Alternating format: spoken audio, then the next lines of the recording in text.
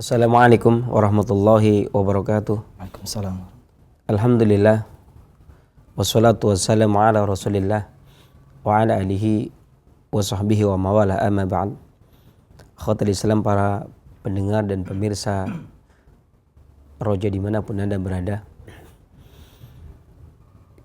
kemudian juga para pendengar radio-radio yang merilai acara ini, para pendengar radio Roja Bandung dan sekitarnya, para pendengar radio Hidayah FM Pekanbaru, para pendengar radio Bas FM Salatiga, para pendengar radio Sahabat Muslim Tegal, dan para pendengar radio As-Sunnah Kita Cirebon, dan para pendengar radio-radio yang merilai acara ini.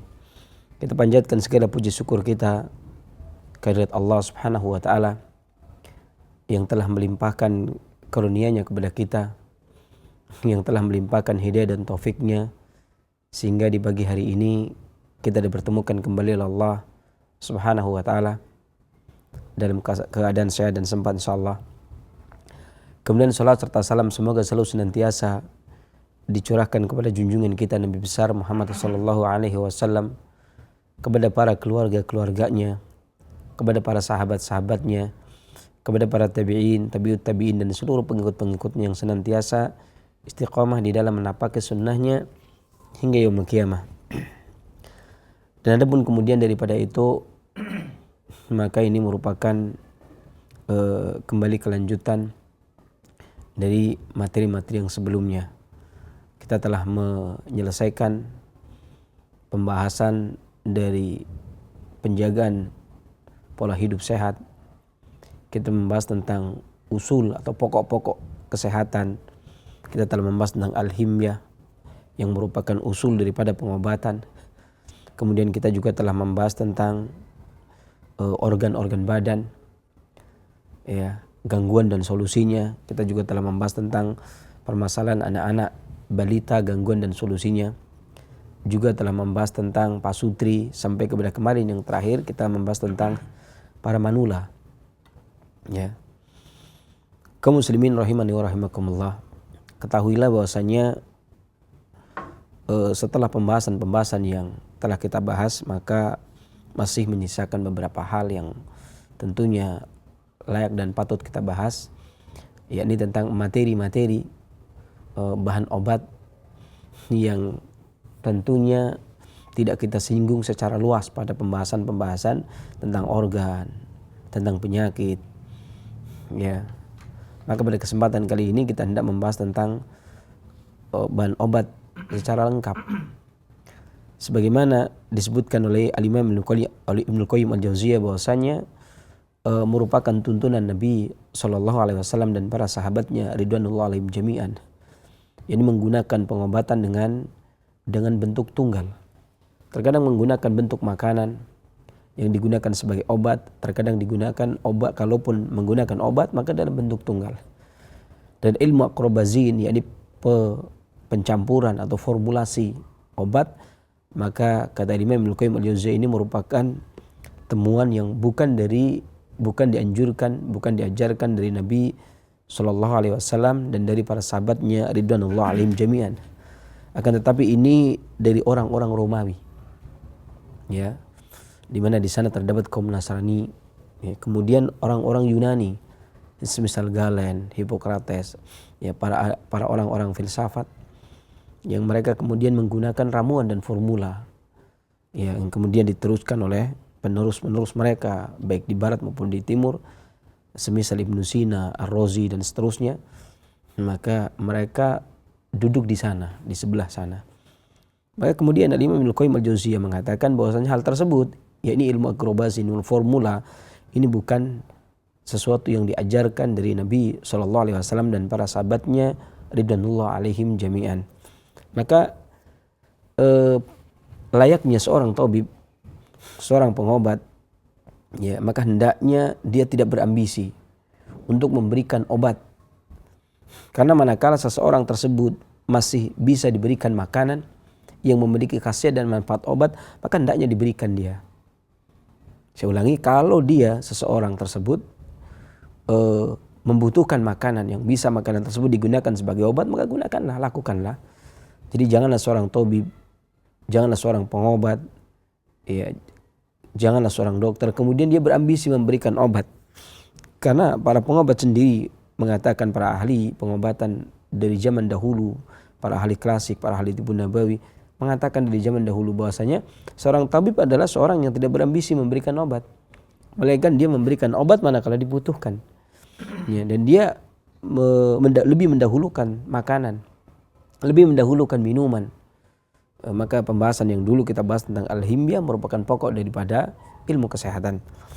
Ya, kemudian juga kalaupun sekiranya seseorang tersebut membutuhkan obat, maka hendaklah diberikan obat dalam bentuk yang tunggal, jadi yang mufrad, bukan dalam bentuk yang formula. Ya. Dikarenakan tentunya merupakan sebuah perbedaan antara kedokteran timur dan kedokteran barat, antara pengobatan timur dan pengobatan barat, yakni yang menggunakan makanan dan tidak menggunakan formula, ya lebih cenderung menggunakan tunggal. Kalaupun yang dimaksud tunggal di situ bukan berarti satu, terkadang satu kemudian ditawarkan dengan yang lainnya, sebagaimana Nabi SAW mencontohkan mengkonsumsi korma dengan mentimun, ya, yakni mentawarkan panasnya korma dengan mentimun, menawarkan dinginnya mentimun dengan panasnya korma. Ya, ini masih ruang lingkup kategori makanan ataupun tunggal. Adapun formula atau ilmu akurbazin, maka tentunya ini sesuatu yang dilakukan oleh mereka, yakni orang-orang Romawi, orang-orang Yunani, bahkan orang-orang India pun, maka tidak melakukan yang demikian. Orang-orang Arab pedalaman dan seterusnya, di mana orang-orang Romawi menggunakan formula ketika dia digunakan untuk penyakit orang-orang perkotaan. Ya, maka semoga kalau saja kita mau meneladani apa yang diberikan, dicontohkan dan diajarkan oleh para ulama kita, para guru-guru kita, yang kemudian di situ dalam rangka untuk menjaga kesehatan jiwa dan badannya, maka niscaya kita akan mendapatkan kesehatan badan yang kemudian kalaupun sakit, terjatuh sakit, maka tidak membutuhkan obat. Ya, akan tetapi masih membutuhkan makanan, minuman. Hatta obat tersebut adalah obat yang berasal dari tanaman. Meminimalkan ini tentunya lebih baik, karena yang dikatakan orang dulu tentunya bukan obat kimia yang dimaksud, akan tapi obat dari tanaman. Akan tetapi tidak berambisi untuk memberikan obat. Seperti suatu contoh, ketika seseorang mengatakan minumlah sambiloto, tentunya sambiloto ini obat. Ya, minumlah madu, tentunya madu ini minuman atau makanan. Maka kalau masih bisa makanan dengan minuman, maka kita lebih mendahulukan yang itu. Ya, lebih mendahulukan makanan dan minuman ketimbang kita menggunakan obat yang kemudian kita gunakan sebagai pengobatan. Kaum muslimin rahimani wa rahimakumullah. Kemudian selanjutnya kita masuk pada pembahasan kali ini. Kita akan membahas tentang khasiat dan manfaat dari apel. Di mana apel ini berdasarkan literatur ada yang mengatakan apel ini termasuk bukan tanaman asli dari negeri Indonesia. Ya, tetapi buahnya sangat digemari oleh masyarakat kita. Ya, dan umumnya dikonsumsi sebagai buah segar, walaupun kita pahami bahwasanya apel juga ada yang tumbuh di daerah Batu. Ya, dulunya masuk ke wilayah Malang, ya, kemudian disebut apel Batu, ya. Kan tetapi literatur itu mengatakan demikian. Entah apakah itu benar, apakah itu tidak, yang jelas ada yang mengatakan demikian. Kemudian apel merupakan pohon yang berganti daun dan bisa mencapai ketinggian 5 meter, pohon yang berkayu, buahnya bulat, dan seterusnya. Di mana buah apel ini sangat digemari dan merupakan buah yang luar biasa, yang akrab bagi warga negara kita, di mana apel ini dimanfaatkan oleh para pengobat sebagai makanan sekaligus sebagai obat. Ya, artinya makanan yang berkhasiat obat berdasarkan karakteristiknya. Para pengobat zaman dahulu itu menghukumi apel dari sisi karakteristiknya. Ya, di mana apel ini memiliki sifat yang netral, tidak masuk kategori panas dan tidak masuk kategori dingin. Ya, ini menunjukkan kenetralannya, ini memiliki keistimewaan tersendiri karena dia mampu menguatkan kandung kemih dan ginjal. sehingga mampu melancarkan buang air kecil, ya, kemudian menguatkan ginjal, mengatasi gangguan-gangguan ginjal pada umumnya, ya, dan dia terkadang punya kecenderungan ke arah sejuk, ya, atau terkadang kalau di formula dengan yang lainnya, misalkan dikasih madu, dia akan bisa masuk ke hangat, ya, dan dia bekerja dengan kerjaan yang lebih ringan, dia lebih membangun di dalam tubuh, dia mampu untuk regenerasi sel, membangun sistemnya. Makanya wajar ketika apel disebut-sebut sebagai bahan makanan yang bisa digunakan untuk anti aging, mencegah penuaan dini. Jadi karena dia sifatnya membangun. Ya, kemudian juga dari sini apel difahami dapat melenyapkan penyakit-penyakit yang disebabkan karena panas. Kemudian juga bisa mengobati hampir semua sindrom penyakit, dia bisa digunakan. Apakah itu panas, dingin, kering, dan lembab, maka apel termasuk buah yang bisa digunakan, ya, lintas karakter.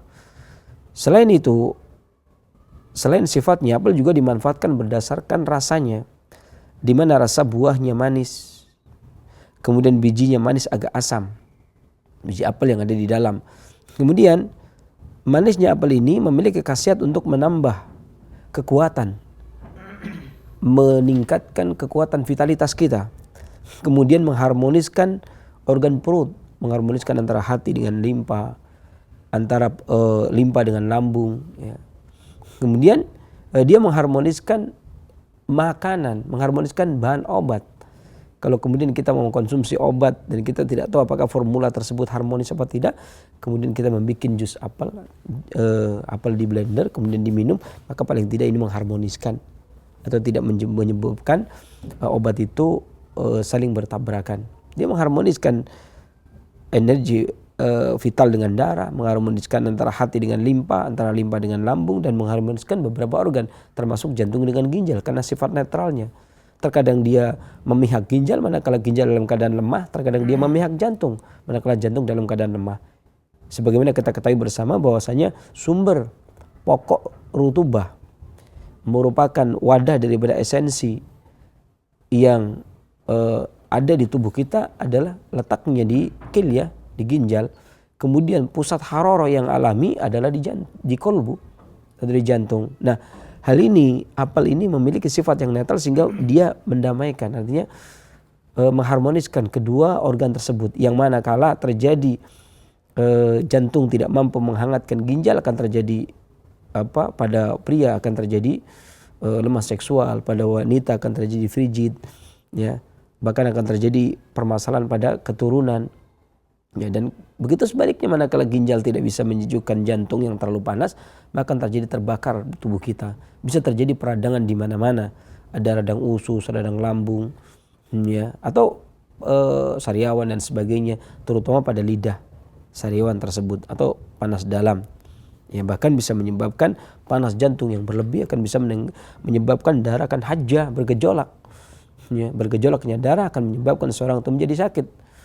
Ya, maka manakala seseorang tersebut kemudian mengkonsumsi sesuatu yang mengandung lemak, ya, kemudian menghambat sistem peredaran darah, sementara darah sedang dalam keadaan bergejolak, maka bisa terjadi pecahnya pembuluh darah. Kemudian selanjutnya,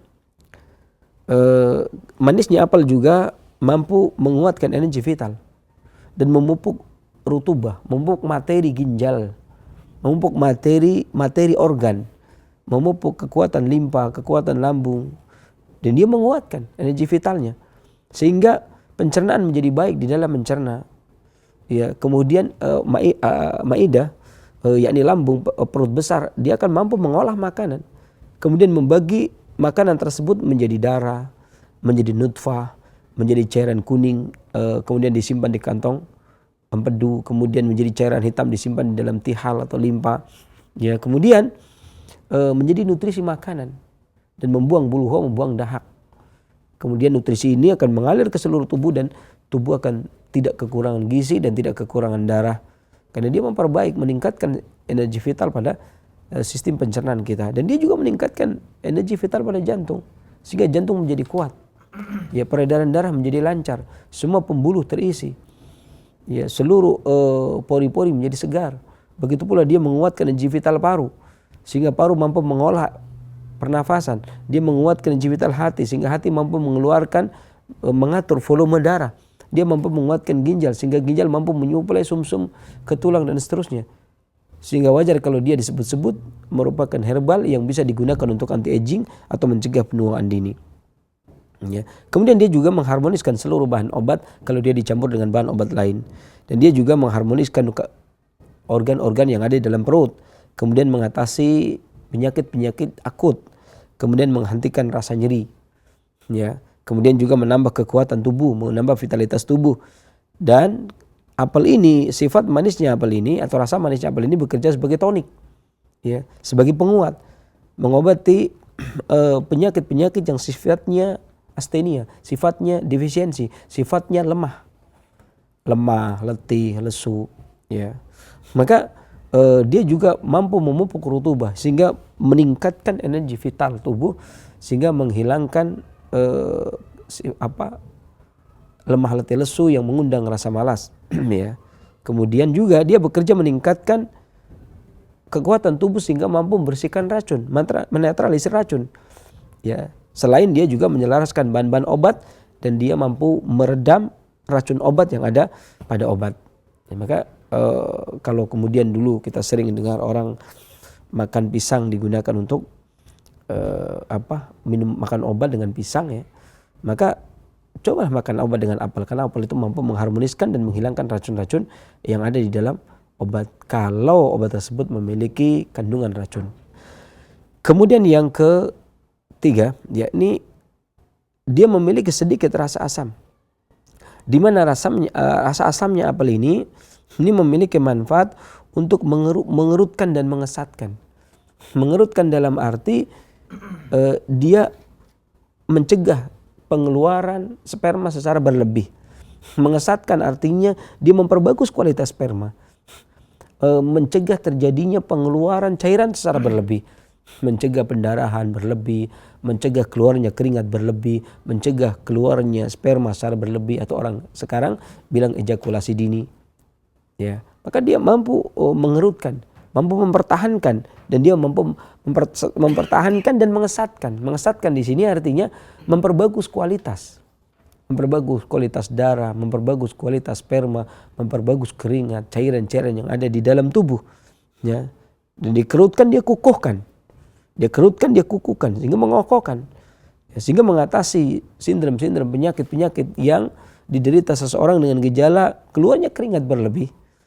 Ya, kemudian mengesatkan nutfah serta mengawetkan dan mengelatkan, sehingga dalam hal ini apel berarti dia bekerja untuk mengobati keringat yang berlebih yang dikaitkan dengan pendarahan akibat kelemahan tubuh, ya, atau keluarnya sperma berlebih dikarenakan kelemahan energi vital, kondisi vitalitas tubuh yang tidak mampu mempertahankan. Ya, dari sini berarti apel bisa dijadikan solusi bagi para pria, dan apel juga bisa dijadikan solusi bagi para wanita. Dikarenakan bagi wanita yang pendarah, yang haidnya berlebih, maka termasuk hal yang bagus mengkonsumsi buah apel ini. Ya, dan dia termasuk tonik, dan artinya dia bagus bagi orang yang lemah, letih, lesu, dan bermanfaat pula tentunya bagi orang-orang yang mendambakan kekuatan tubuh atau vitalitas tubuh baik pria maupun wanita. Kemudian yang keempat, ya, dia memiliki sifat, tadi kita katakan dia memiliki sifat yang tawar, yang dimana dia berkhasiat melarutkan dan melancarkan. Artinya dia melarutkan lembab, sesuatu yang luar biasa dia melarutkan lembab. Padahal secara umum para pengobat tradisional mengetahui bahwasanya penyakit yang susah dan membandel, yang susah untuk diobati adalah penyakit lembab. Ya, di mana penyakit lembab diantaranya adalah dahak yang tertimbun, ya, kemudian dahak tersebut berhenti kemudian membentuk menjadi massa, ya, sehingga orang modern kemudian menyebutnya apakah itu bisul, apakah itu tumor, apakah itu kanker, apakah itu kista, apakah itu miom. Ya, ini adalah penyakit lembab. Nah, kelembaban ini akan terurai, makanya apel disebut-sebut sebagai anti kanker, ya, karena dia mengurai lembab dari sifat tawarnya. Ya, ini terlepas dari penelitian yang nanti kita akan sampaikan sebagai penguat dari empirik non verifikasi yang telah dilakukan oleh orang-orang pada zaman dahulu. Ya, dan dia kemudian melancarkan buang air kecil. Sistem buang air kecil dia melancarkan. Dan juga dia bekerja untuk memperlancar buang air kecil dan menghilangkan sifat-sifat dari kelembapan seperti pusing yang berat, ya. Makanya layak ketika seseorang kemudian habis muntah. Seorang kemudian habis muntah, kemudian lemah, kemudian letih, kemudian lesu, ya. Kemudian ada kekhawatiran adanya sakit di kepala yang berat, kemudian dia meminum jus apel, ya, maka ini memberikan manfaat. Adapun secara umum, apel memiliki manfaat manakala kita memakan apel setiap hari. Satu butir apel ukuran yang normal, maka dia dikonsumsi setiap hari, maka tubuh akan terhindar dari penyakit. Dia akan mencegah terjadinya penyakit yang menyerang tubuh. Demikian sebagaimana terdapat peribahasa yang banyak disebutkan, ya. Dan penampilan apel yang merah dan ranum, ini bagi apel yang merah, ini juga mengundang imajinasi dan selera orang yang memandangnya, sehingga apel dijuluki buah terlarang yang sensual, ya, dan memiliki daya tarik tersendiri. Dan lebih dari itu, apel juga masuk kategori buah yang banyak manfaat bagi kesehatan. Ya, tapi yang dimaksud terlarang bukan terlarang buah dimakan, artinya dia sensual, ya. Kemudian dia memiliki banyak manfaat, diantaranya menurun secara penelitian. Ya, kita lepas dari sisi klasik, kemudian kita lihat bagaimana para peneliti menanggapi pendapat-pendapat para ahli pengobat klasik. Sebagai ahli pengobat klasik mengatakan apel ini demikian. Ya, kemudian bagaimana para peneliti menyikapi dan menanggapinya. Artinya kita ambil bukan kami mengambil manhaj mereka, kami mengambil metode mereka, akan tapi kami mengatakan ini loh kalian sepakat. Ya. Ternyata mereka di luar kedokteran timur pun mensepakati apa yang kita sampaikan. Ya, bukan membantah, akan tapi mensepakati. Lihat kesepakatan mereka, para ahli modern, ya, orang-orang yang bergerak di bawah para penelitian, ya, yang berawal dari Galen, Hippocrates sebagainya, mereka mensepakatinya. Artinya disepakati dokter barat dan dokter timur. Di mana yang pertama, apel ini ternyata ketika pengobat klasik mengatakan mampu membuang lembab di sini yang dimaksud adalah lemak, maka dikatakan dia mampu menurunkan kadar kolesterol di dalam darah. Ya, ini merupakan kesepakatan. Artinya mereka tidak mengingkari. Apel dikenal mengandung pada penelitian, akan tetapi mereka memisahkan. Walaupun dalam pengobatan klasik pemisahan itu tidak boleh. Ketika Allah turunkan obat, Allah tumbuhkan tanaman yang memiliki sebuah satu kesatuan yang luar biasa, yang tidak bisa kemudian dipisah-pisah. Akan tetapi mereka kemudian memisah, ya, untuk mengetahui, tujuan mereka untuk mengetahui apa sih kandungan apa yang membuat apel ini bisa menurunkan kadar kolesterol, walaupun belum bisa dikatakan itu. Kenapa? Dikarenakan penelitian itu tidak pernah ada finalnya, terus berlanjut. Konon kabarnya mereka mengatakan dan mereka mensepakati dikarenakan apel mengandung fitokimia, zat antioksidan, penangkal radikal bebas yang efektif melawan kolesterol jahat. Selain menurunkan kolesterol jahat, apel juga meningkatkan kolesterol yang baik, yakni HDL, menurunkan LDL dan menaikkan HDL, ya, high density lipoprotein. Dan kandungan pektin dan asam D-gluceriknya yang ada dalam apel berjasa membantu menurunkan kadar kolesterol. Ini menurut pakar penelitian, para ahli-ahli peneliti. Artinya mereka mensepakati apa yang kita sampaikan. Kemudian yang kedua, apel juga karena tentunya pengalaman terlebih dahulu, oh kok begini, kemudian mereka lakukan penelitian. Kemudian yang kedua, ya, kesepakatan mereka yang kedua, apel ternyata mampu mencegah kanker dan menyehatkan paru. Seperti yang saya katakan tadi, dia meningkatkan vitalitas energi vital paru, membuang lembab yang akan menjadikan tumor, kanker dan sebagainya. Dan mereka pun mensepakati. Apa kata mereka bilang? Dikarenakan apel ini memiliki zat flavonoid yang terbukti dapat menurunkan resiko kanker paru sampai 50%. Sampai 50%. Ya, dan penelitian dari Cornell University di Amerika Serikat juga menemukan bahwa zat fitokimia di dalam kulit apel ini mampu menghambat pertumbuhan kanker usus sebesar 43%. Coba bayangkan. 50% menurunkan resiko kanker paru-paru, dan 43% mampu menghambat pertumbuhan kanker usus.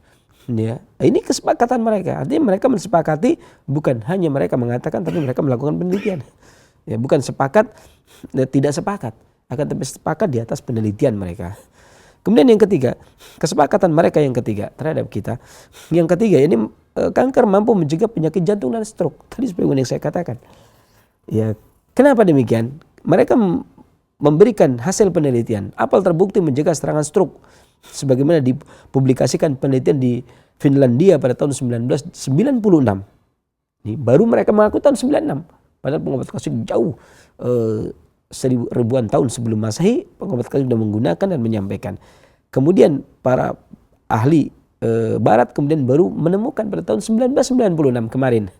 Ya, dipublikasikan penelitian ini di Finlandia, menunjukkan bahwasanya orang yang berpola makan kaya akan apel, maka mereka akan mengalami insiden penyakit jantung yang lebih rendah. Ini penelitian yang ada pada mereka.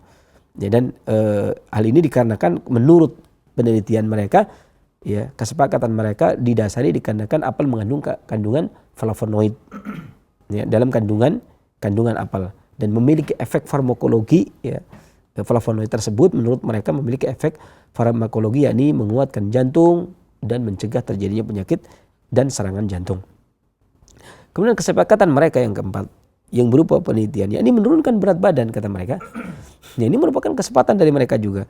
Kenapa demikian? Mereka meneliti apel merupakan sumber serat yang baik, dan apel baik untuk pencernaan dan membantu menurunkan berat badan.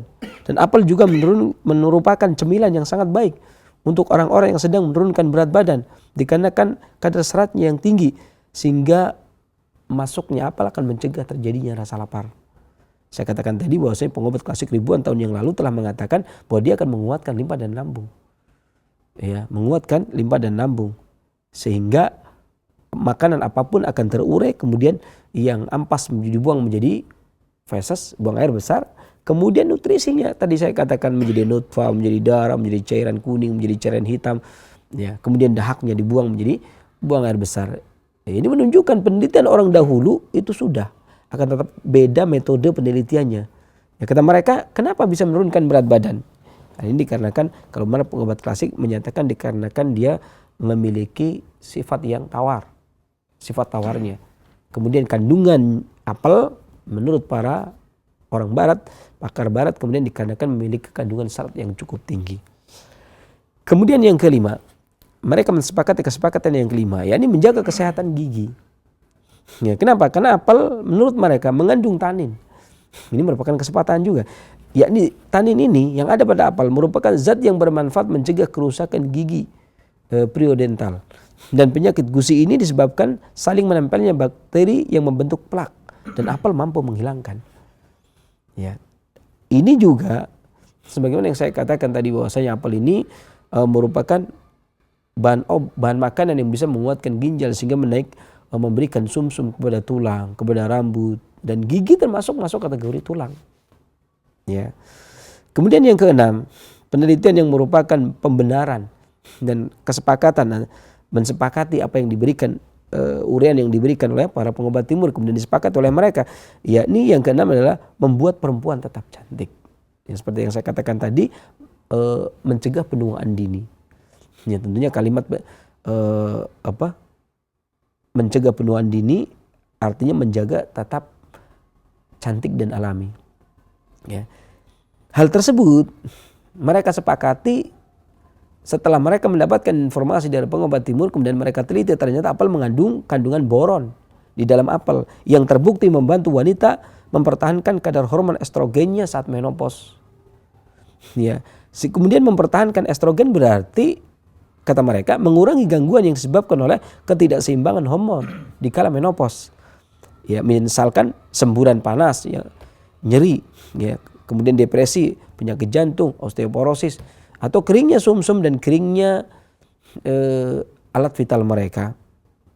Maka ini akan membantu menjaga dan mempertahankan wanita dari gangguan-gangguan yang seperti itu saat menopause. Jadi mencegah mempertahankan, membuat perempuan tetap cantik, artinya mencegah penuaan dini, mencegah wanita menopause secara dini.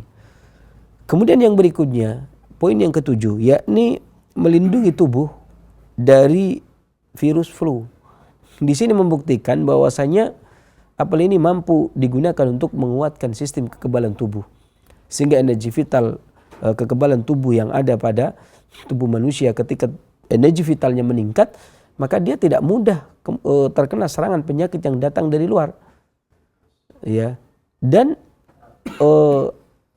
meningkatkan energi vital, baik meningkatkan energi vital paru sehingga melindungi tubuh dari serangan penyakit dari luar. Kemudian dia juga meningkatkan, menyeimbangkan antara ginjal dengan jantung sehingga mencegah terjadinya emosi yang berlebih, sehingga mencegah terjadinya kekhawatiran dan kecemasan, dikarenakan menguatkan limpa, dikarenakan menguatkan lambung, ma'idah dan tihal. Nah, hal ini akan menyebabkan seseorang menjadi perlindungan pertahanan tubuhnya menjadi kuat dan tidak mudah terserang penyakit yang datang dari luar. Ya, lebih jauh para ahli farmasi, saya katakan tadi para peneliti. Kemudian lebih jauh lagi berkata ahli farmasi, ketika pelajaran awal mereka belajar tentang biofarmasi, maka para ahli farmasi pun menyatakan demikian. Jadi ada 3 kesepakatan. Pengobat timur ribuan tahun sebelum Masehi telah mengutarakan apel demikian dan demikian. Kemudian para peneliti membuktikan, mensepakatinya berdasarkan penelitian mereka. Kemudian yang ketiga adalah para ahli farmasi. Adapun para ahli farmasi menyatakan bahwasanya apel kaya akan vitamin dan mineral, ya, dan banyak mengandung zat gizi, energi, lemak, protein, karbohidrat, vitamin A, tiamin, riboflavin, ya, dan seterusnya. Di mana apel ini kaya akan vitamin, dan vitamin pada buah apel ini sangat banyak. Ada vitamin A, ada vitamin B, kemudian vitamin B1, B2, kemudian vitamin B3, vitamin B5, kemudian B6, ya, kemudian B9 dan vitamin C. Dan apel juga kaya akan mineral, di mana buah apel mengandung banyak mineral, sangat banyak mengandung mineral. Dan mineral dalam buah apel ini antara lain adalah kalsium, magnesium, potasium, zat besi dan zinc. Dan juga kaya akan fitokimia yang membuat buah apel ini memiliki keistimewaan tersendiri. Dan fitokimia yang ada pada buah apel ini merupakan antioksidan yang cukup tinggi untuk melawan radikal bebas yang berasal dari polusi udara yang ada di sekitar kita. Dan juga dia berfungsi untuk menekan jumlah kolesterol yang ada pada darah, atau yang nantinya bisa menjadi penyumbatan pada darah. Dan juga apel ini kaya akan serat, sehingga baik untuk orang-orang yang sedang melakukan diet. Hal ini disebabkan karena serat yang tinggi mampu mencegah datangnya lapar lebih cepat, dan serat ini mampu mengikat lemak kemudian membuangnya melalui buang air besar. Dan apel juga mengandung tanin. Ya, para ahli farmasi mengatakan dia juga mengandung tanin, di mana buah apel memiliki tanin yang cukup sehingga berfungsi membersihkan dan menyegarkan mulut, sehingga dapat mencegah kerusakan gigi, penyakit gusi, mencegah kerusakan gigi, gusi dan plak dan seterusnya. Hal ini semakna apa yang dikatakan oleh para peneliti dan semakna apa yang dikabarkan oleh para ahli klasik pada zaman dahulu ribuan tahun yang silam. Ketika apel ini memiliki sifat netral, menyeimbangkan antara ginjal dan jantung.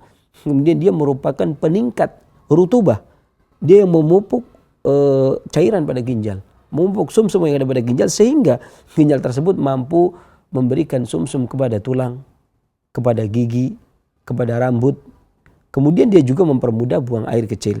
Ini kesepakatan para ahli farmasi. Kemudian para ahli farmasi juga mengatakan bahwasanya apel mengandung boron.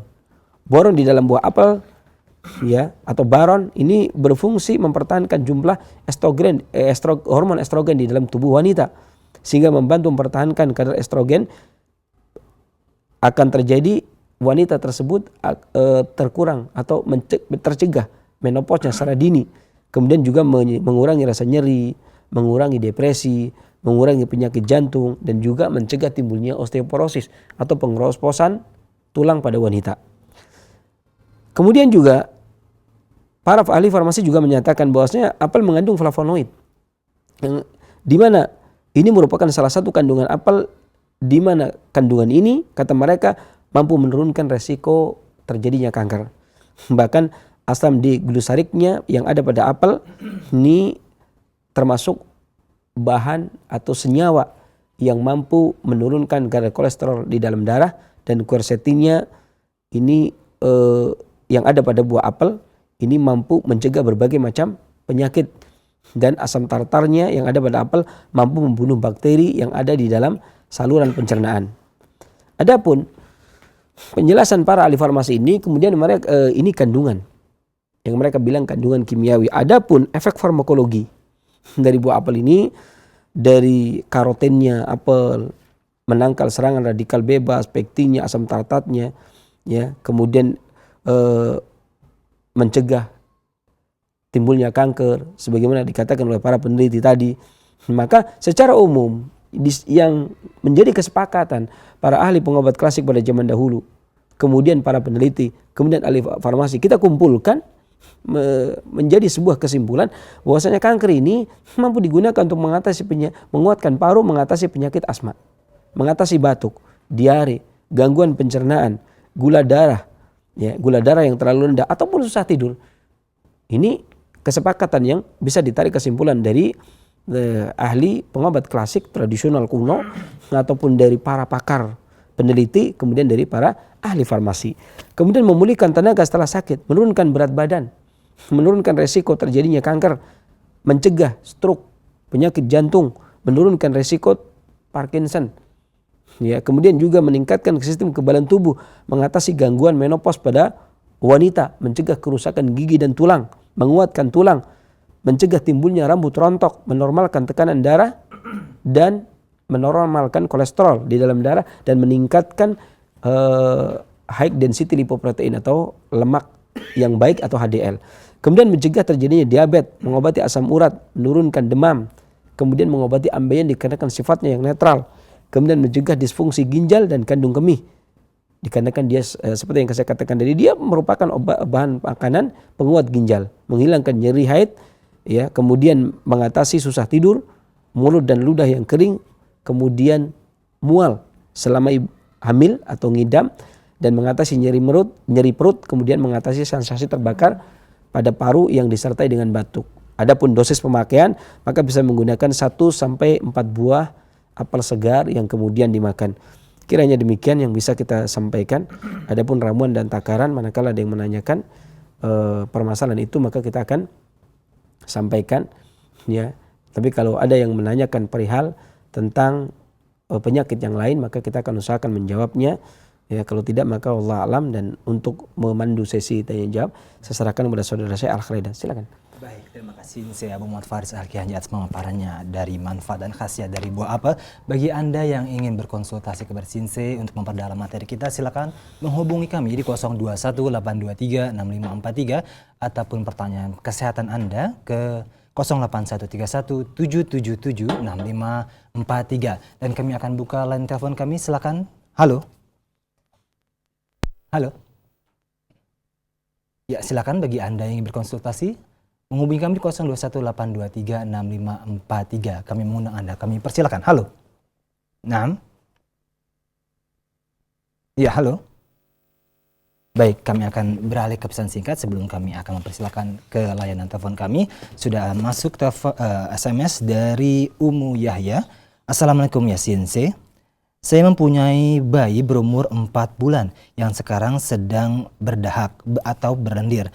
Namun bayi saya ini tidak sakit flu ataupun batuk, hanya berlendir saja. Bagaimana cara mengatasi lendir yang terkadang terdengar di antara hidung juga tenggorokannya? Jazakallah khairan. Ya. Barakallahu fikum. Ada beberapa cara untuk mengatasi dahak pada bayi, dikarenakan tentunya bayi tidak mampu mengeluarkan dahak sendiri. Ya. Di antara cara yang pertama adalah bahan-bahan yang diminum. Ya, ibu bisa menyiapkan 1 sendok teh, 1 sendok makan air jeruk nipis. Saya ulangi, 1 sendok makan air jeruk nipis, kemudian ditambah dengan 3 sendok makan madu. 3 sendok makan madu, kemudian ditambah dengan 5 sendok makan air matang. Kemudian semua bahan dijadikan satu dalam 1 mangkok. Kemudian dikukus selama 15 menit.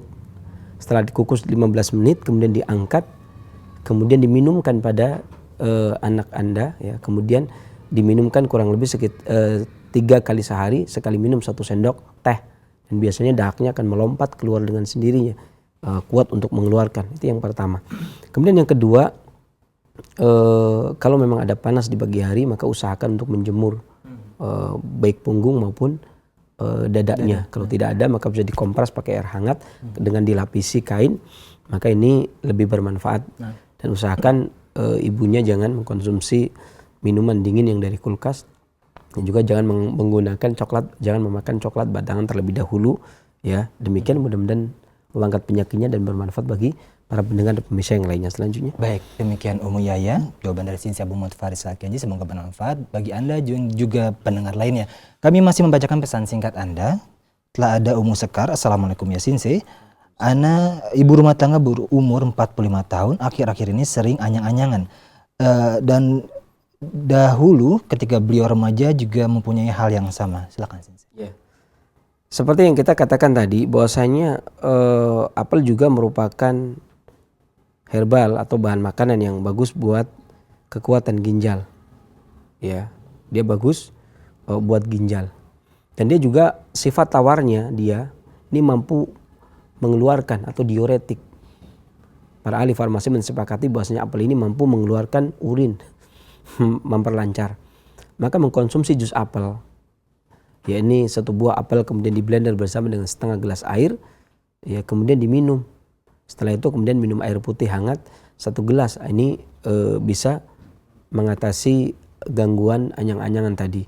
Demikian kepada pendengar, mudah-mudahan kepada penanya, mudah-mudahan Allah angkat penyakitnya dan mudah-mudahan bermanfaat bagi para pendengar dan pemirsa yang lainnya selanjutnya. Baik, terima kasih Sinsi atas jawabannya. Dan sebelum kami mengangkat telepon Anda, kami akan bacakan pesan singkat terlebih dahulu.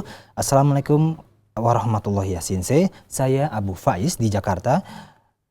Bila saya makan apel warna hijau dan yang harganya mungkin di luaran ini tidak terlalu mahal, apakah khasiatnya sama seperti apel yang harganya lebih mahal? Jadi permasalahan apel ini tidak tergantung kepada mahal dan murahnya, ya, akan tetapi bergantung kepada kandungan itu sendiri. Bahkan terkadang apel lokal lebih bagus, ya, seperti apel Malang, dia lebih bagus buat ginjal, gitu kan. Kemudian dan apel-apel yang dari luar itu terkadang kalau kita hadirkan apel dari luar itu yang warna merah kalau kita kerok sedikit saja dia akan mengeluarkan lilin, ada waxnya. Nah, tentunya apakah kita makan sebelum makan kerokan dulu kan, enggak kan? Maka apel hijau terkadang apel lokal yang lebih murah ini justru lebih aman karena seperti yang kita katakan tadi bahwasanya kulit apel saja berdasarkan penelitian 43% dia mencegah timbulnya kanker usus, ya. Kemudian dia juga mampu mengobati kanker usus, menetralisir kanker usus dan melawan kanker usus, ya, kurang lebih 43%. Ya, tinggal mencari persentase yang lainnya untuk menambah. Ya, tentunya untuk mengkonsumsi kulit apel tersebut kan kita tidak mungkin mengkonsumsi kulit apel yang ada waxnya. Tentunya yang kita butuhkan adalah apel-apel lokal yang tentunya kita bisa makan sekulit-kulitnya. Demikian, barakallahu fikum, mudah-mudahan bermanfaat selanjutnya. Baik, terima kasih Sinsi, dan kepada Abu Faiz semoga bermanfaat jawaban dari Sinsi, dan kami akan kembali membuka line telepon kami di 0218236543. Kami persilakan. Naam, halo. Assalamualaikum. Waalaikumsalam warahmatullahi. Dengan siapa di mana Ibu? Assalamualaikum. Waalaikumsalam warahmatullahi. Mohon maaf, dengan siapa di mana? Suaranya agak kecil Ibu. Umu Aisyah di Jati Asih. Umu Aisyah di Jati Asih. Nah, silakan.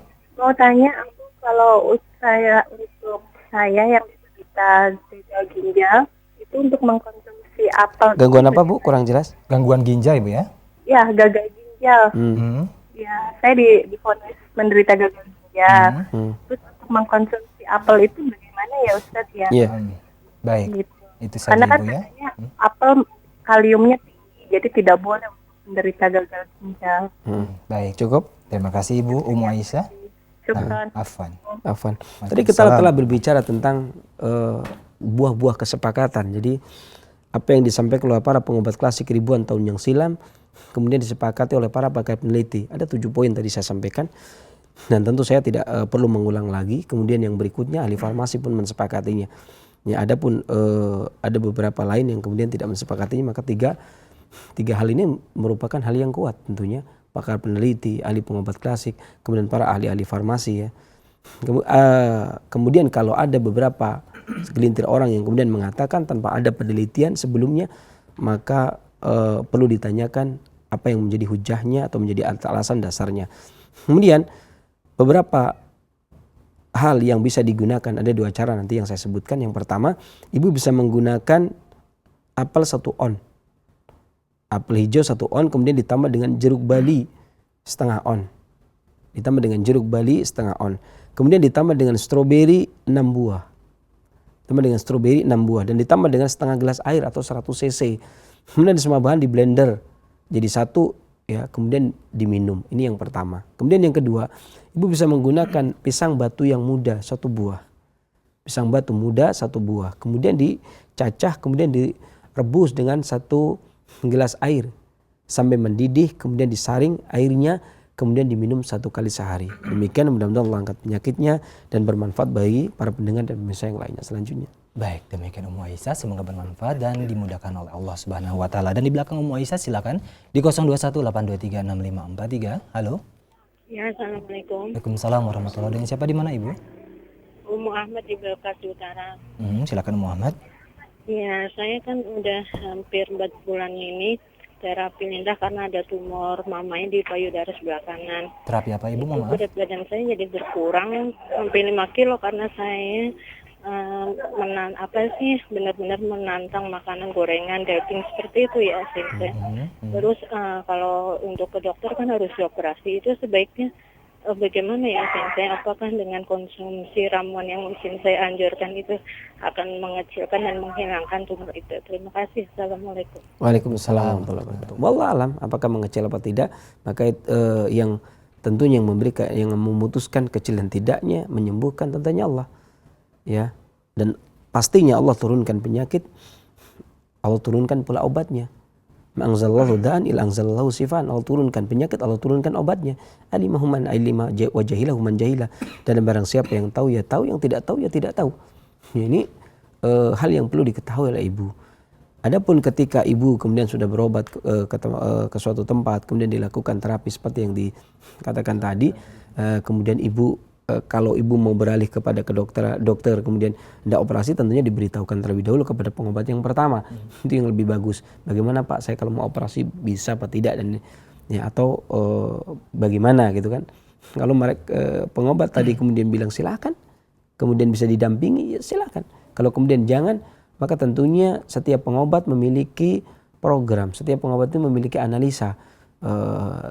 Ketika pengobatan pertama, kemudian ketika diperiksa prognosisnya bagaimana, membaik atau memburuk, semua pengobatannya memiliki hal yang demikian. Jadi tidak mungkin serampangan di dalam memutuskan, ya, di dalam memberikan program. Ketika dia memeriksa, kemudian dia menganalisa, kemudian dia memberikan obat. Setelah memberikan obat, kemudian dia mengukur prognosisnya itu bagaimana, membaik atau memburuk.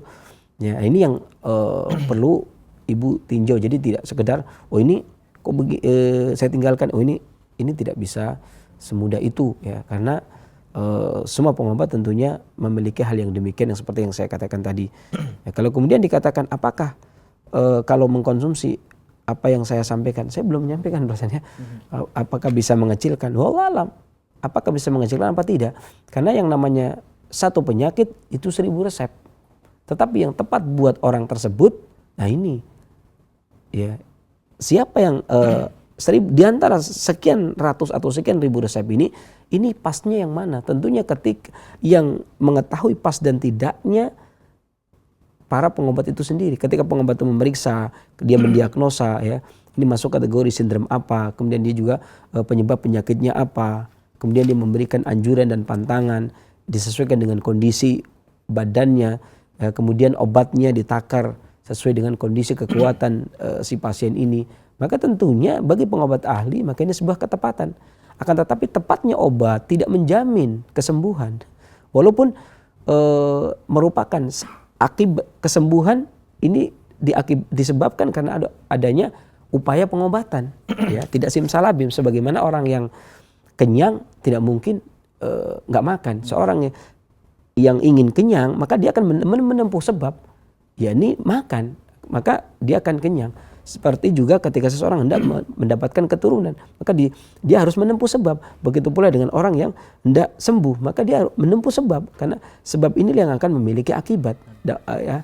Akan tetapi, apakah ketika sebab sudah kita tempuh kemudian pasti, dan pastinya milik Allah. Yang memberikan kesembuhan tentunya Allah, yang turunkan penyakit Allah, yang turunkan obatnya, Allah yang memutuskan sembuh dan tidaknya. Ya, jadi tinggal berdoa. Maka datangi ke pengobat tadi, ya. Kemudian kalau mau tadi bilang mau operasi, maka tolong sampaikan ke pengobat tadi bagaimana kira-kira, ya. Demikian kita doakan yang mudah-mudahan Allah angkat penyakitnya dan bermanfaat bagi para pendengar pemirsa yang lainnya selanjutnya. Baik, demikian Om Muhammad, semoga diberikan kesabaran dan diangkat penyakitnya. Di belakang Om Muhammad kami persilakan kembali di 021 823 6543. Naam, halo. Waalaikumsalam warahmatullahi wabarakatuh. Siapa di mana, Umu? Saya di Depok. Dengan Mela. Umu Mala. Baik. Ustaz, saya mau tanya. Saya ini kan penderita kanker stadium 3 ya. Kanker apa, Bu? Kanker payudara stadium 3. Ya. Kira-kira kalau konsumsi yang solid itu bisa nggak, Ustaz? Terus saya mau minta alamatnya bisa, Ustaz. Ya, baik. Ibu Cukup. nanti insya Allah akan diinformasikan. Tolong di SMS-in ya, Ustaz ya. Ya. Baik. Terima kasih. Assalamualaikum. Waalaikumsalam warahmatullahi wabarakatuh. Yang pertama, kalau yang kedua nanti tinggal SMS kita sebutkan nomor telepon. Yang pertama, apakah apel bisa mengatasi seperti yang saya katakan tadi, apel mampu menurunkan hawa panas dan menetralkan lembab, membuang lembab. Artinya lembab ini adalah sebuah penyakit yang membandel, yang dimana kelembapan itu ketika dahak berhenti. Kata Imam Ibnu Qayyim al-Jauziyah ketika menjelaskan tentang penyakit irkun nasa, yakni ketika lembab atau dahak kemudian dia berhenti mengering, kemudian terkena angin dari luar, maka dia akan menjadi patogen baru. Nah, patogen ini apakah dia akan membentuk massa, membentuk benjolan, ya, kemudian akan membentuk menjadi kista, tumor, kanker dan sebagainya, maka ini bergantung kepada sistem kekebalan tubuhnya, kepada kekuatan tubuhnya, ya. Nah, kemudian apakah apel ini bisa secara umum bisa dan tidaknya semua bahan makanan, maka bisa digunakan. Sebagaimana saya katakan tadi, seorang pengobat dicatat, seorang pengobat catatan, ya, sebagai catatan perkataan Ibnu Qayyim al-Jauziyah, seorang pengobat itu orang yang tidak berambisi memberikan obat. Kalau masih bisa diberikan makanan, kemudian bisa diobati dengan makanan, maka lakukan dengan makanan. Bahkan ini merupakan pengobat yang dilakukan oleh Nabi Shallallahu Alaihi Wasallam dan para sahabatnya ridwanullah alaihim jami'an. Jadi bukan pengobat kalau dia berambisi memberikan obat, tapi tukang jualan obat. Jadi tidak ambisi memberikan obat, akan tetapi kalau memang makanan masih bisa digunakan, maka lakukanlah dengan makanan. Kalau masih bisa, kalau memang tidak bisa dan mengharuskan seseorang tersebut menggunakan obat, maka gunakan dengan obat. Ini karena dasar dari ilmu pengobatan, wa kulu wasrabu wa la tusrifu, makan minum jangan berlebih. Ya, gunakanlah obat. Kalau masih bisa dengan tunggal, lakukan dengan tunggal. Kalau tidak bisa, maka digunakan dengan akrobazin, dengan formula. Ya, adapun apel tadi, seperti yang saya katakan tadi, bahwasanya apel memiliki sifat atau karakter yang mampu digunakan untuk membuang panas dan lembab, seperti suatu dahak atau bulugham yang nantinya akan membentuk menjadi massa benjolan, ya, kemudian berubah menjadi kanker, tumor dan seterusnya. Dari sisi klasik, tapi dari sisi penelitian juga ternyata apel juga efektif. Dari beberapa kandungan yang seperti yang saya katakan tadi, itu juga dia memiliki efek yang signifikan terhadap penurunan kanker sampai kepada 43 dan sampai 50%. Ya, dan ini termasuk hal yang bagus. Tinggal menambah bahan yang lainnya. Ini baru makanan apel sudah paling tidak mengurangi 50%. Tapi kan tidak menambah, tinggal menambah yang lainnya. Saya katakan tadi bisa di jus antara 1 sampai 4. Berarti kalau mau menggunakan 2 kali, pagi antara jam 9 sampai jam 11, kemudian dilanjut yang kedua pada asar. Setelah sholat asar kemudian ngejus lagi. Kalau digunakan secara 2 kali. Ya, adapun bahan tambahan obat lain yang hendak dilakukan bagi benjolan, kalau memang benjolannya itu tersebut keras, maka ibu bisa menggunakan kacang panjang secukupnya, ditumbuk kemudian dikasih garam, kemudian dibalurkan ke bagian payudara yang keras tapi tidak terkena areola, ya, hitam-hitam sebelum puting payudara, yaitu untuk pengobatan dari luarnya, ya. Kemudian tunggu sampai kering, kemudian dibersihkan pakai air hangat. Ya, adapun bahan yang bisa diminum, ibu bisa menggunakan 1 ibu jari temu hitam, kemudian 1 ibu jari kunyit, kemudian 1 ibu jari temu putih. ya, kemudian direbus. Ketiga bahan tersebut kemudian direbus dengan 2 gelas air sampai tersisa menjadi 1,5 gelas. Kemudian disaring bagi 2, masing-masing 3/4 gelas. Kemudian diminum pagi dan sore. Demikian. Mudah-mudahan Allah angkat penyakitnya dan bermanfaat bagi para pendengar dan pemirsa yang lainnya selanjutnya. Baik, demikian Ummu Mala jawaban dari Sinsia, semoga bermanfaat bagi Ibu dan diberikan kesehatan dan kesabaran. Kami akan bacakan kembali pesan singkat Anda yang begitu banyak masuk ke meja redaksi kami. Kami akan bacakan pesan singkat, tidak disebutkan namanya. Assalamualaikum ya Sinse. Adakah perbedaan manfaat buah apel dengan cuka apel, Sinse? Iya. Tentunya makanya dikatakan alimahu man alima wa jahilahu man jahilah. Yang tahu yang tidak. Artinya obat ini dilihat dari sisi bagaimana cara pemakaiannya, bagaimana dosisnya. Kalau obat seharusnya diminum kemudian dihisap, ya tidak sembuh. Seharusnya diminum kemudian dijadikan bantal, ya tidak sembuh. Seharusnya dijadikan bantal kemudian diminum, ya mabok, tidak sembuh. Jadi semua obat ini memiliki manfaat yang berbeda ketika dia dirubah. Saya kasih contoh, ketika jahe. Ketika jahe segar dia memiliki sifat karakter yang hangat, ya. Ketika dia dan dia bermanfaat buat pencernaan, tihal dan maidah, limpa dan lambung, bagus. Nah, akan tetapi ketika dia ingin untuk mengeluarkan angin, mengatasi angin, maka dia dibakar dulu. Kalau tidak dibakar maka manfaatnya berbeda. Maka jahe tersebut dibakar. Nah, artinya jahe segar yang digeprek kemudian diseduh berbeda dengan jahe yang dibakar kemudian digeprek kemudian diseduh. Padahal perbedaannya daripada pembakaran. Atau yang kedua, ketika jahe ini kemudian giling, dijadikan bubuk, dijemur. Ya, kemudian diambil. Ini untuk meningkatkan stamina, mempertahankan ereksi, ya. Dan tentunya ini berbeda dengan jahe yang dua tadi. Artinya setiap terjadi perubahan proses, maka terjadi perubahan khasiat. Begitu pula ketika apakah apel dengan cuka apel berbeda? Oh iya. Semua memiliki tujuan, itu kan. Cuka apel untuk apa, buah apel untuk apa, makan buah buat apa, ketika di jus buat apa. Nanti ada lagi tonik apel, nanti di sesi akhir kita akan sebutkan tentang cuka apel, tonik apel, bagaimana cara membikinnya ya, atau bagaimana nanti memanfaatkannya ya. Tentunya masing-masing berbeda antara satu dengan yang lainnya. Demikian. Mudah-mudahan bermanfaat selanjutnya. Baik, terima kasih. Kami masih membacakan pesan singkat Anda. Kami akan bacakan pesan singkat dari Bapak Rinto dari Bangka.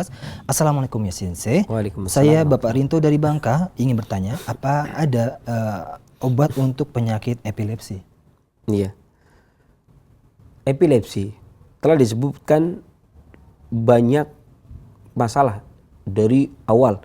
Kita juga pernah dengar hadis di mana ada seorang wanita yang mengadu kepada Rasulullah SAW yang dia terkadang kejang, bisa tersingkap auratnya, kemudian minta didoakan oleh Rasulullah SAW. Ya. Dan penyakit ini merupakan penyakit yang sudah lama. Bahkan banyak yang disebutkan oleh para ahli tibbun nabawi maupun ahli pengobatan klasik, penyebabnya beraneka ragam. Bahkan salah satu di antaranya adalah terhambatnya sperma.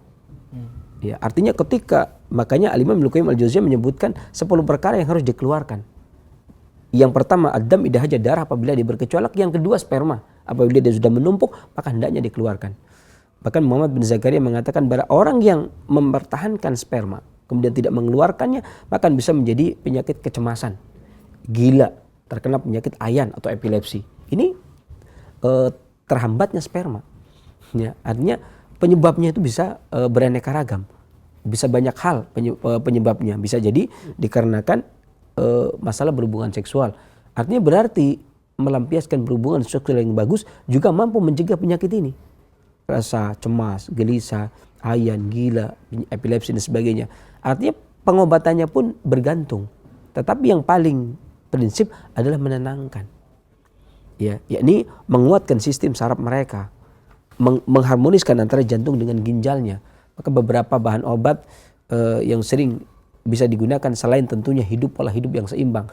Kapan dia gerak, kapan dia diam, kapan dia berhubungan, kapan dia berhenti. Ya, kemudian kapan dia makan, kapan dia minum. Ya, ini juga termasuk mencegah dan mengobati epilepsi. Termasuk tidur jangan terlalu malam.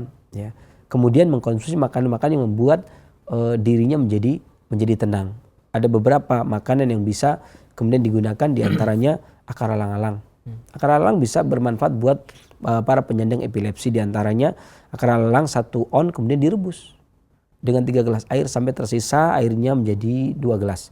Saling bagi 2, minum pagi dan sore. Demikian, mudah-mudahan Allah angkat penyakitnya dan bermanfaat bagi para pendengar dan pemirsa yang lainnya selanjutnya. Baik, terima kasih saya jawaban serta solusinya, dan kami masih membacakan pesan singkat Anda. Kami akan bacakan pesan singkat, tidak diberikan namanya. Assalamualaikum Sensei, saya mempunyai bayi 6 bulan, sekarang susah untuk BAB. Saya sudah memberikan pepaya namun masih saja susah BAB-nya. Apakah ada solusinya? Ya, terkadang bayi demikianlah. Terkadang susah BAB, ada 2 faktor. Bisa jadi dikarenakan panas perut, kering sehingga tidak mampu mengeluarkan. Yang kedua, terkadang dikarenakan daya dorongnya. Kekuatan bayi belum maksimal sehingga daya dorongnya belum penuh. Ya, maka kalau sekedar pelumas agar dia bisa lancar dikarenakan kurangnya pelumas, kurangnya cairan, maka pepaya bisa menjadi solusi. Akan tetapi kalau daya dorongnya yang kurang kuat, maka biasanya madu bermanfaat untuk mengatasinya. Atau kunyit diparut kemudian dibalurkan di perut, kemudian dikasih gurita. Kunyit secukupnya diparut, dibalurkan di perut, kemudian dikasih gurita. Biarkan kurang lebih sekitar 30 menit sampai 40 menit. Kemudian dicopot, ya. Ini lakukan pagi dan sore. Ya, ini juga bisa bermanfaat untuk mempermudah buang air besar dan mengatasi gangguan perut pada anak-anak. Atau konsumsi madu 1 puting dot, ini juga memperlancar kalau memang kurang daya dorongnya.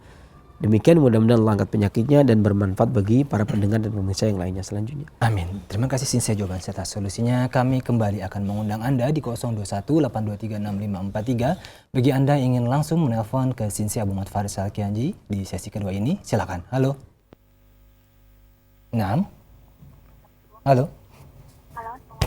Waalaikumsalam warahmatullahi wabarakatuh. Mohon maaf, bisa dikencangkan sedikit suaranya? Ya. Dengan siapa, di mana Ibu? Dengan Umu siapa, mohon maaf? Ismi. Iya, silakan Ibu. Iya, silakan. Assalamualaikum Abu. Waalaikumsalam warahmatullahi. Ini nafas saya agak pendek gitu ya, Abu ya. Terus suaranya serak.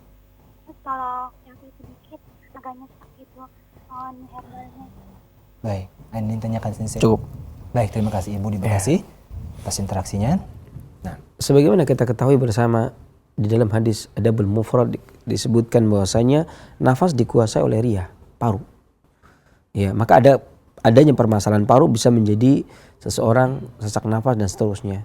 Tetapi akar daripada suara adalah kilyah, yakni ginjal. Maka menguatkan ginjal orang yang kecapean dan seterusnya. Makanya kita lihat orang yang habis hajatan, ya, Ahlul Bait kemudian Sohibul Bait, kemudian dia Sohibul Bait ini kemudian dia aktif bisa 3 hari 3 malam dia kecapean, maka bisa habis suaranya setelah selesai hajatan, ya. Atau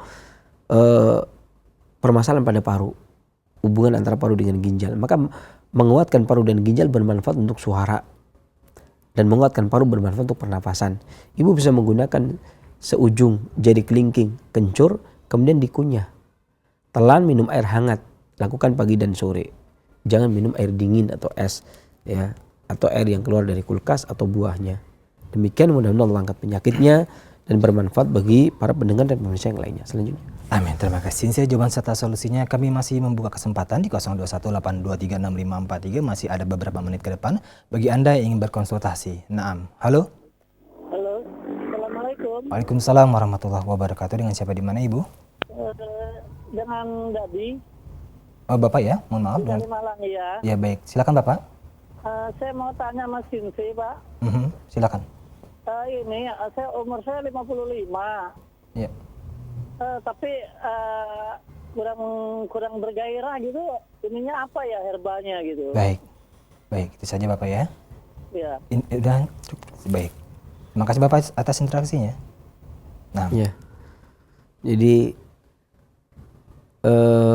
akhir daripada gairah pria mulai menurunnya harusnya umur 60-an ya, 64-an. Itu demikian. Pada saat usia 50-an itu kurang bergairah, sebenarnya ada beberapa hal, ya, dan penyebab ini yang perlu ditanggulangi. Apakah penyebabnya dikarenakan kecapean? Karena orang yang tidur malam gampang masuk angin ini pun tidak punya daya vitalitas, ya, atau banyak pikiran. Karena banyak pikiran pun terlalu bahagia, terlalu sedih, terlalu khawatir, terlalu cemas, stres, terbebani dengan banyak pekerjaan dan pikiran, itu pun bisa menyebabkan seseorang menjadi hasrat seksual menjadi menurun, ya. Karena betul apa yang dikatakan oleh pendahulu kita, bahwasanya berhubungan seksual dalam keadaan yang enjoy, tidak dalam keadaan bahagia yang teramat sangat, tidak dalam keadaan emosi marah yang teramat sangat, tidak dalam keadaan stres tertekan yang teramat sangat, gelisah yang teramat sangat, tidak. Kan dalam keadaan yang enjoy, seseorang itu akan meningkat, ya, dan mood yang besar. Ini terbukti bahwa spermanya terkumpul penuh. Kalau kemudian orang tersebut tidak mood, tidak memiliki hasrat seksual atau gairah, ya, maka ada beberapa kemungkinan. Kemungkinan yang pertama adalah dikarenakan tidak penuhnya sperma. Bisa jadi dikarenakan tidak adanya saripati makanan yang berubah, yang menjadi sperma, menjadi rutubah dan haroro, menjadi kekuatan vitalitas tubuh, ya. Karena kalau tubuh kita tidak mendapatkan makanan, tidak mendapatkan rutubah, tidak mendapatkan cairan yang lembab, tidak mendapatkan saripati. Kalau kita tidak mendapatkan saripati, maka tidak mungkin mendapatkan nutfah, nggak mungkin. Ya, kalau tidak mendapatkan nutfah, maka mendapatkan gairah dari mana? Tuntutannya dari mana? Karena seseorang itu memiliki hasrat manakala sperma penuh, oh ya, manakala darah mengalir sampai ke seseorang itu ereksi manakala darah mengalir sampai ke kelamin. Otot dan tendon terpenuhi dengan darah dan energi vital sehingga kokoh dan keras, ya, seseorang tersebut. Kalau tidak, maka tidak. Maka beberapa penyebab ini harus dihindari. Di antaranya adalah pola hidup, ya. Kemudian pola tidur, ya, olahraga yang cukup, kemudian tidak stres dan banyak pikiran, ya. Dan pada orang-orang yang kita lihat, orang yang merokok, pecandu alkohol, ini pun melemah dikarenakan dia sendiri yang membuat kelemahan tersebut. Nah, yang paling penting yang paling pasti harus dilakukan adalah hindari rokok, tidak merokok. Yang paling pasti kedua adalah tidak mengkonsumsi alkohol. Kemudian yang berikutnya secara bertahap, tidur jangan terlalu malam, jangan stres, ya. Ini setelah itu barulah beralih kepada obatnya, ya. Bapak bisa menggunakan berbagai macam cara. Tadi saya katakan jus apel juga bisa memperbagus kualitas sperma. Atau kalau tidak jus apel, Bapak juga bisa kalau saya maunya bareng sama istri, Bapak bisa menggunakan kunyit dan asam. Kunyit 1 ibu jari, asam 2 ibu jari, kemudian direbus, ditambah dengan gula aren secukupnya. Rebus dengan 2 gelas air. Saling bagi 2, minum suami dan minum istri.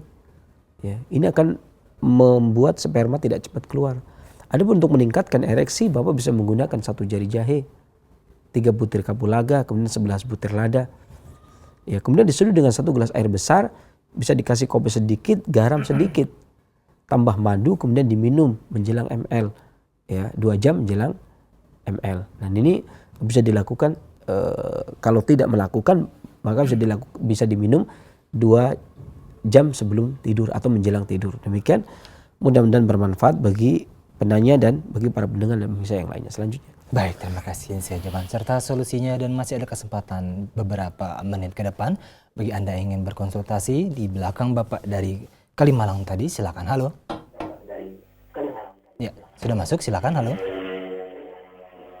Halo. Ya, sudah masuk, mohon maaf, silakan. Halo. Ya, halo Ibu. Halo. Halo. Iya Ibu, halo. Ibu, mohon maaf, bisa dikecilkan terlebih dahulu volume radio ataupun televisinya dikarenakan ada feedback yang cukup mengganggu. Terima kasih. Ya, silakan. Pertanyaannya Ibu. Halo. Ya, halo Ibu. Silakan. Ya, saya ini kena penyakit paru. Sudah lama. Jadi untuk pengobatan itu? Parunya kenapa, Bu? Minta solusinya dari Ustadz. Parunya kenapa, Bu? Parunya luka. Dulu tuh kena penyakit TBC. Jadi lah sehat, jadi bekas penyakit TBC itu. Jadi bila batuk tuh berdarah. Baik, Ibu. Ya, Cukup. terima kasih Baik, terima kasih Ibu atas interaksinya. Silakan. jawabannya. Baik, terima kasih Ibu. Iya. Nah.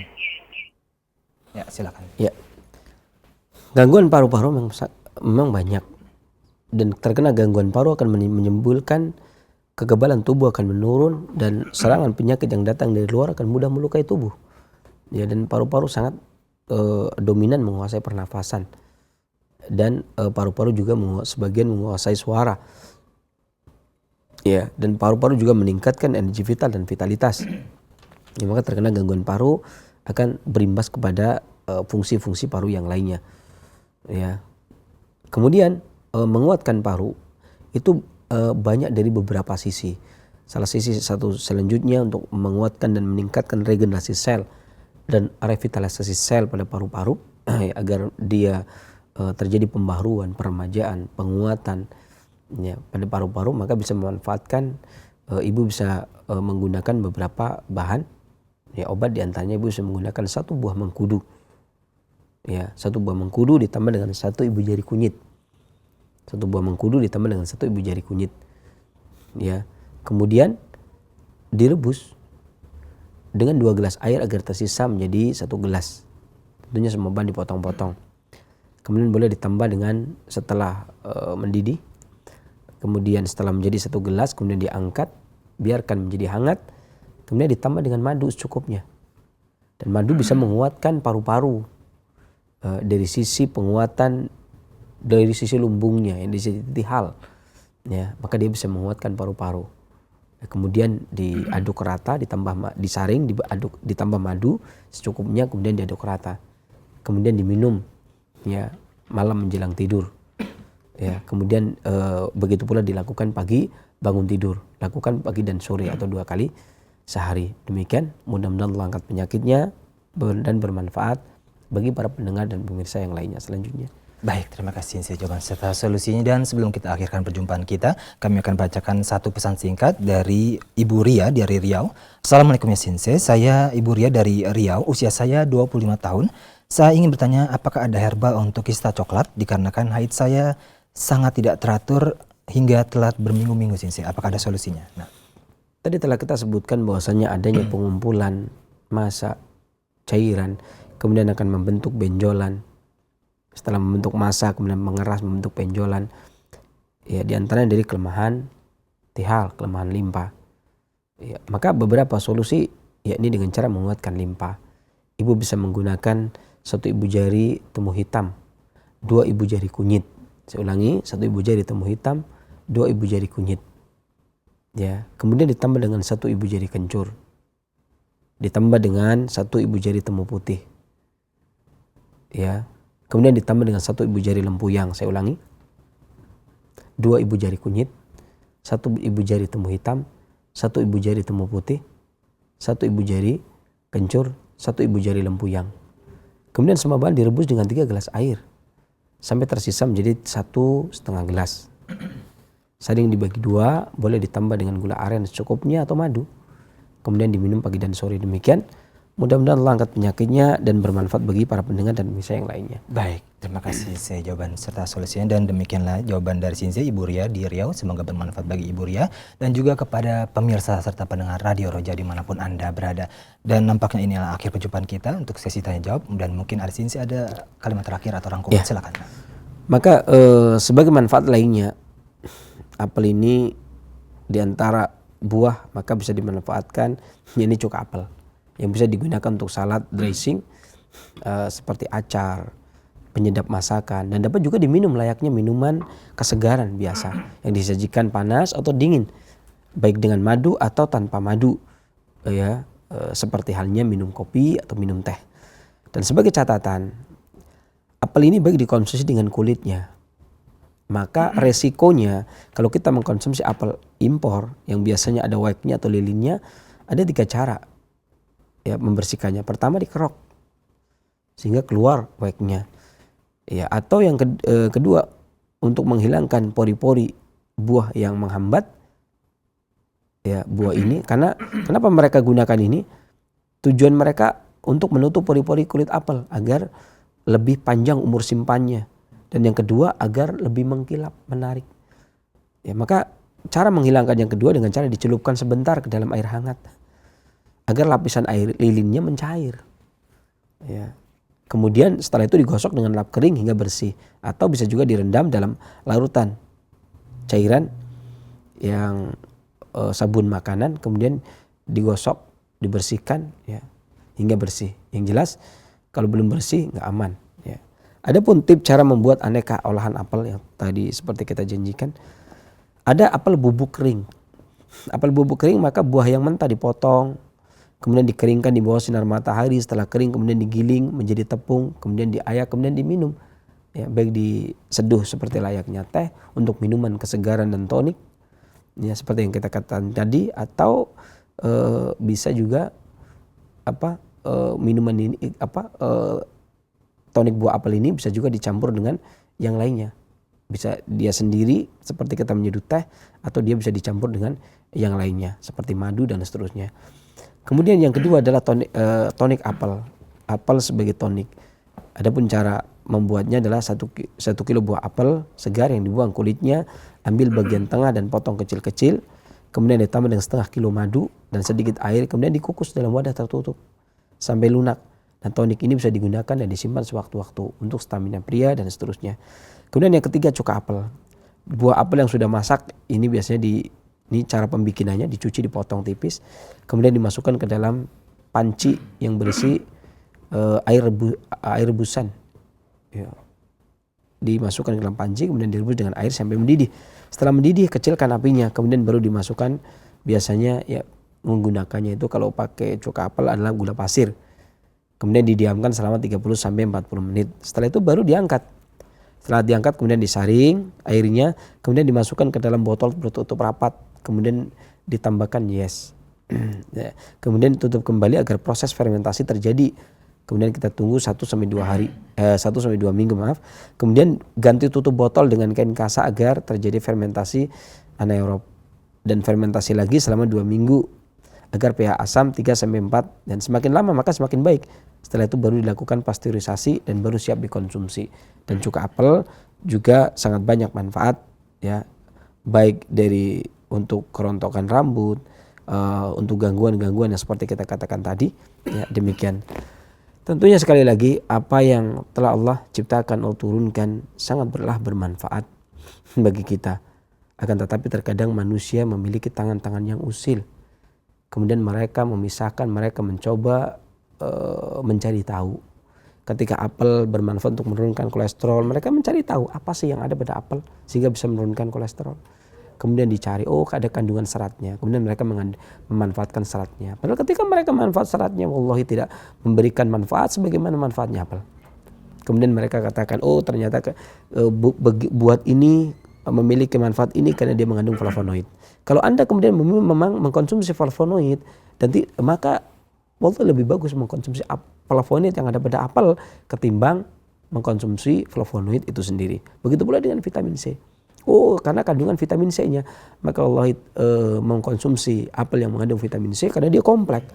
Itu lebih bermanfaat daripada vitamin C itu sendiri. Dan yang paling perlu diketahui, Allah lebih tahu dan manusia tidak tahu.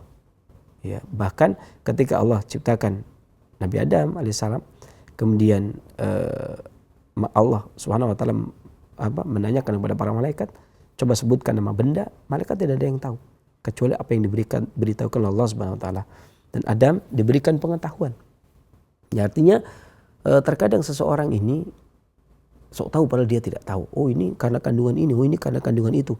Padahal Allah sudah membuat tanaman tersebut sebuah tanaman yang multifungsi dikarenakan dia memiliki komponen yang sempurna, yang sudah ada ini dan itunya. Kalau memang pemisahan itu lebih baik, maka tentunya Allah sudah memisahkan. Ya, sudah diberikan ini sendiri, itu sendiri. Demikian mudah-mudahan bermanfaat, dan tentunya Allah turunkan penyakit, Allah turunkan obatnya. Dan pengobatan yang paling baik adalah pengobatan yang mengaitkan sebab dan akibat. Dan penyebab penyakit kebanyakan adalah dikarenakan penyakit kolbu. Di dalam kolbu mereka ada penyakit, maka Allah akan tambah penyakitnya. Dan penyakit badan termasuk efek dari penyakit kolbu juga. Maka datangilah kajian-kajian Ahlussunnah kajian-kajian salafi yang kemudian dengarkan sehingga menyehatkan kolbu kita. Dengan sehatnya kolbu kita, maka alhamdulillah, mudah-mudahan dengan ayat-ayat Allah, hadis-hadis Nabi SAW, kemudian mampu menghancurkan penyakit, kemudian ditambah dibantu dengan materi-materi obat yang datang dari luar atau kita konsumsi. Mudah-mudahan bermanfaat. Kekurangan dari saya, kesembahan dari Allah Subhanahu wa taala. Billahi taufiq wal hidayah, alhamdulillah rabbil alamin.